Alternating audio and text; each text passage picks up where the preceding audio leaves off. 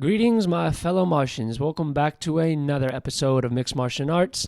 As usual, my name is Austin Shaper, and this is a podcast where we explore the topics of UAP, the UFC, and World War III. Today is going to be a UAP UFO episode.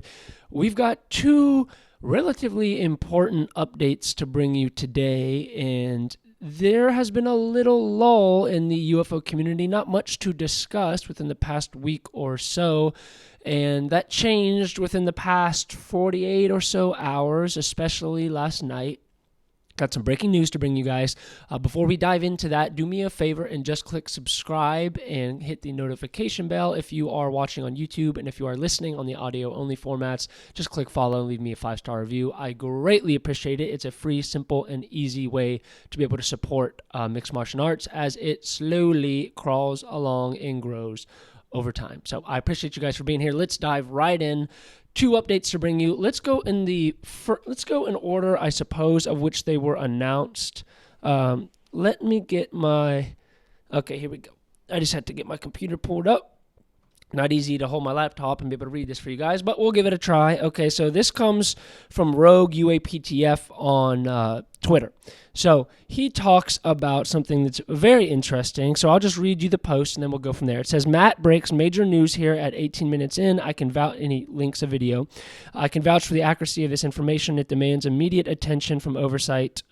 This is a secret committee. So let me summarize it at this before I read his post, because his post is kind of all over the place. There has been a revelation that there is a secret body, a governing body over Arrow. You guys know Arrow. It's essentially the new Project Blue Book sham organization led by, what's his name, Dr. I mess his name up every single episode, I swear. Patrick, I don't know. It's just, there's not even a point knowing his name. He's awful. But regardless, he is the spokesman for Arrow, and Arrow is essentially the public's... It's an organized body that is supposed to be investigating the phenomenon, right? In summary, that for the layman, they're investigating UFOs and UAPs, and they're supposed to be reporting to the public. Every report we've gotten from them has been worse than the previous. They don't want to be honest with us. They don't want to be forthcoming with us. They constantly just say, there's no proof of extraterrestrial life, and that the majority of the sightings that people see are, natural phenomenon or anomalies, not some sort of craft or anything like that. And if there's anything new to report, you can count on Arrow to bring it to the public. Now, if you follow this subject, this phenomenon at all, you should probably know without a doubt that Arrow is garbage and it's a sham organization. And I believe it's not even worth following or listening to what they have to say. They just dropped another public UAP report, I think within the past 3 days. I didn't even read it. I knew what it was going to say. It says the same thing every time. It's just like Project Blue Book. I guess I was thinking Project Blue Beam mixed in with Project Blue Book. I don't know. I'm tired. It's 8:30 in the morning. Regardless, we realize that Arrow is just a garbage organization. There's no point paying attention. When they release their reports, go about your business. Don't even waste your time reading it. I can tell you what it's going to say.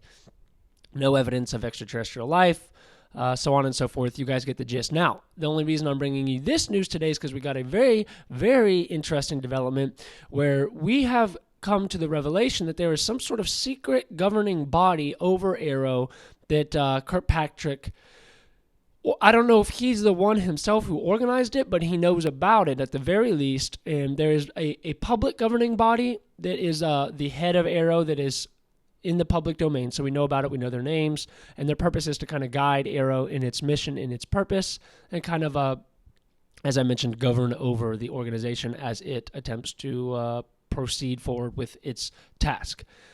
We just found out as of last night that there is a separate governing body that has been kept in the secret, kept in the dark, and it consists of members who have access to these special programs, special access SAPs, special access programs. They have clearances for these, and they supposedly are what you would call the gatekeepers to the real classified information that we so desperately want to know. So all this time, Arrow has been telling us, they're going to let us know if they find out anything new. There's nothing to worry about. You can trust them. And now we find out, oh, wait, there's an entire another organizing body in AARO that has been kept from the public, filled with all kinds of nefarious people who know dark secrets about whatever this phenomenon is, whatever the truth of it is, of which the public knows not.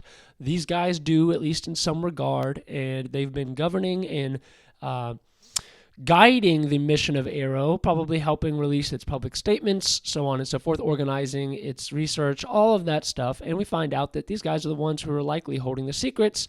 And all this time, they've been using this public format to tell us there's nothing to see here. So let's just read the post now. I feel like maybe I set it up decently enough. It says there's a secret committee which directs AARO's actions and public statements, as I mentioned. This committee compromises unelected officials who are directly involved with the legacy UAP UFO crash retrieval and reverse engineering programs. This covert committee runs the dog and pony show that is AARO. Well said, it is definitely a dog and pony show, without a doubt. The names of these individuals have been provided to members of Congress with the appropriate clearances. Now, that's where it gets a little spicy. I don't know how they came across this information, but they did ask... what is his name? Let's just find it. I should probably learn. Sean Kirkpatrick. I always want to say like Kirk Sean Patrick. It's Sean Kirkpatrick. So they asked him and approached him about these names, about this governing body, and he would not give up the names. That alone, if this was this trustworthy organization that, the public, that was made to basically console the public and tell them, oh, there's not only is there nothing to see here, but you can trust us to investigate. You got nothing to worry about. If there's any revelation that you guys need to know about, don't look up in the sky, by the way. Don't look at those giant flying craft that you've been seeing all over the world doing ridiculous maneuvers, doing things the human eye can barely perceive. Ignore all of that. Don't pay attention to your lying eyes. Listen to AARO. And now we're finding out that they've got a secret. They got skeletons in their closet. Most of us assumed something along those lines, but also a lot of us thought, myself kind of included, that maybe Sean Kirkpatrick. Man, that name is just going to stumble me forever. So hopefully he resigns soon and we get somebody with a simpler name. But Sean Kirkpatrick, a lot of us thought maybe he was a willful idiot. Like he just didn't. He's genuine in his goal and his mission, and he just doesn't know that the government is using him as the scapegoat. He doesn't realize that he is essentially like the latest member of Blue Book version 2.0. And that you can't really blame him. Maybe he was being honest to at least his knowledge. But now we find out that's not the case at all. We gave him too much credit. He deserves no credit at all. And yeah, they approached him about these names of this governing body, and he didn't want to squeal on it. So very fascinating, because it says it is now up to our elected representatives to haul these individuals before Congress and the American people. So apparently Congress has these names. That's what we're hearing. They've got these names. As I said, it says the names of these individuals have been provided to members of Congress with the appropriate clearances. And it says, according to Matt Ford from the Good Trouble Show, who originally broke this news, it says Sean Kirkpatrick put together a secret council, so I guess you could say governing body, secret council of advisors when AARO was formed. When folks on Capitol Hill caught wind of this and asked Sean Kirkpatrick for the names of the individuals of the secret council, he would not cough up the names.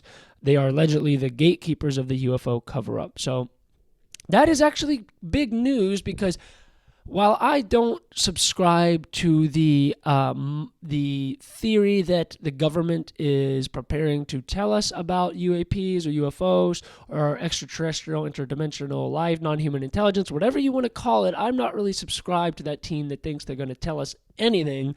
They've done nothing but lie to us and hide and disregard the importance of this for so long, at least in the public domain, while secretly studying the crap out of it. So I have no hope that that is what they're doing. Now, I do kind of get a little bit of optimism when I see things like this happen, where something comes to the light that was not intended. So I guess if I'm being clear and concise, I don't believe the government, if the government gets its way, it's not going to be party to telling the public about the truth of the phenomenon to the best of their knowledge. I just don't see it that way. Some people do. They think this is managed disclosure.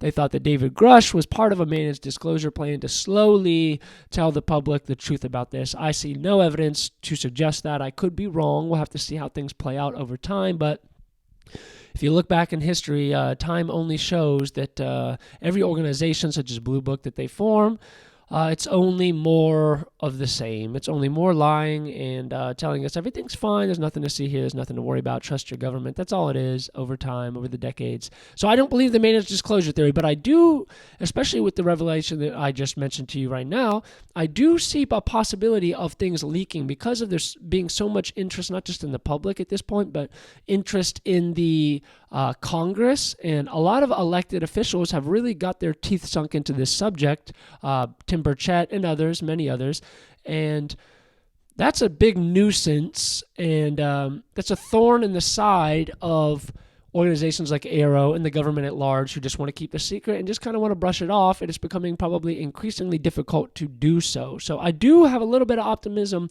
held out for incidences like this where according to this new revelation, there's a secret council, a secret governing body, some sort of secret Jedi council hovering over AARO that has been guiding it on its mission all this time and giving these crappy public statements that we've been seeing time and time again. I believe they just released another report, as I mentioned. Don't even read it. Don't waste your time. It's never going to say anything that is of any significance. Now, Congress knows the names, supposedly. And is that going to lead to anything? And a second part two to that question would be, is it going to lead to anything that the public discovers? Because I can definitely see a world where Congress gets briefed into this subject at a higher level, especially now that they've got their names for the people they need to subpoena or do whatever they got to do to get that information. These guys are definitely going to be unwilling participants to share the information. But I can see a world where Congress learns this, but we still don't learn from the American public that they're going to cite national security. They're going to say, okay, you guys got us. There is something that more that meets the eye here, but the public can't know about this for XXX reasons. They're going to cite national security, and that's pretty much what they say for everything. And that is the perfect scapegoat for them to not be able to tell us anything. They do that with pretty much everything, all kinds of documents that should be redacted, including the JFK files and others. They just cite national security concerns. That's all they got to do, and very hard to fight them in that. So I would expect that although this is good, I don't know if it's going to reach the ears of the public. Now, there is a part two to this I should share, that this came a few days before this revelation last night. Apparently, okay, let me just read you the post. This comes from Joe Khalil on Twitter. He says, confirmed, I'm told there will be 2 member-only briefings. Okay, so I guess let me start at the top. This comes from Anna Paulina Luna, one of our representatives. I don't know if she's a congresswoman. I kind of forget her role, but she was right next to Tim Burchett in the recent congressional UFO hearing. So you guys probably know her. She asked a bunch of questions. She's been trying to get into a skiff with David Grush, so on and so forth. She says, just got word that we'll be allowed to do the skiff classified UAP briefing with Grush. I don't know what she means, Ref Grush. I don't know what that means, REF Grush. But she's talking about Grush, David Grush, with the IG. Tags Tim Burchett and a couple others, Matt Gaetz, Jared Moskowitz. So apparently, it says confirmed, I'm told there will be 2 member-only briefings, one with DOD Inspector General, the other with Intel Community Inspector General. The Intel Community, according to UAP UFO whistleblower David Grush, has specific info Grush provided that he couldn't share public. So I don't know if this means, because it kind of sounds like they were saying 2 different things. I don't know if this means that Grush is going to be the one telling them this information. It sounds like not. It sounds like this Inspector General, the people who were supposedly investigating David Grush's claims, who at the very least know what David Grush's claims are and the evidence he provided, it looks like our congressmen / women are going to be getting in that skiff. I forget the date. I saw some rumors on the date that some even said the end of October, and then I saw a few that suggested the end of November. So I guess we'll have to wait and see on that. Very, very interesting, man. I don't know if Grush is going to be the one sharing that information, as I mentioned, but regardless, if it's the evidence that Grush has been providing, then there's going to be some bombshells in there. There's going to be some bombshells, certainly some more names of these supposed 40 whistleblowers or near 40 whistleblowers are going to be revealed, along with the evidence that they have provided, probably locations of the craft and all the other stuff that we want to know.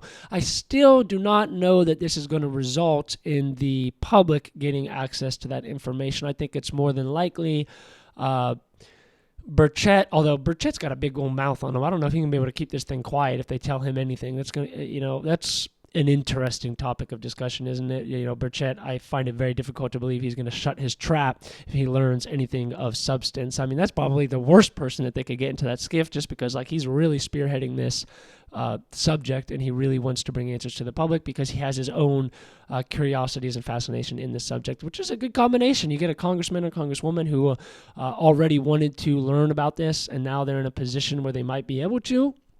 It's a good recipe for the public, though. I do have some skepticism that the public's going to get any of that information. I mean, look how long it took them to get into a dang skiff. That UFO congressional hearing was in June or July? I think July. And now here we are almost at the end of October, and they're just now going to be able to get into a skiff, or at least got scheduled into it. So, I mean, come on. It's just a room. What do they call it? A secure compartmentalized information facility, if I'm not mistaken.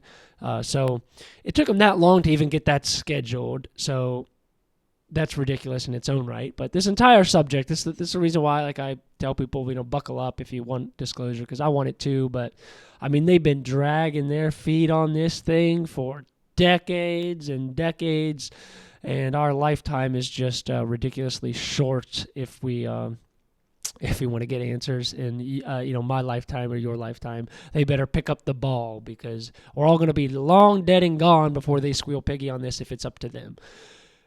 It's interesting, man. I'm excited about these developments. I got to say, the community, as I mentioned, is just kind of in a lull. There wasn't much to discuss because we just haven't. It's this weird limbo that we're in. We're like, okay, we had the UFO congressional hearing. We've heard about the skiff, but there was nothing to talk about, nothing to discuss, and it's very frustrating when you're. I don't like the word enthusiast because it implies I don't know. Enthusiast is not the right word, but somebody who's just fascinated with this phenomenon because they understand that there's a reality. I never claim to know what said reality is. I don't know the truth of the phenomenon. Is it adversarial tech, or aliens from Mars, or interdimensional beings, or beings humans from the future? Or is it some sort of non-human intelligence that has been living within the Earth's crust or the oceans? Or is it a combination of any of those? I have truly no idea. I truly don't know. As I've mentioned on the show before, I think the adversarial tech theory is probably one of the least likely theories, but it's still on the board.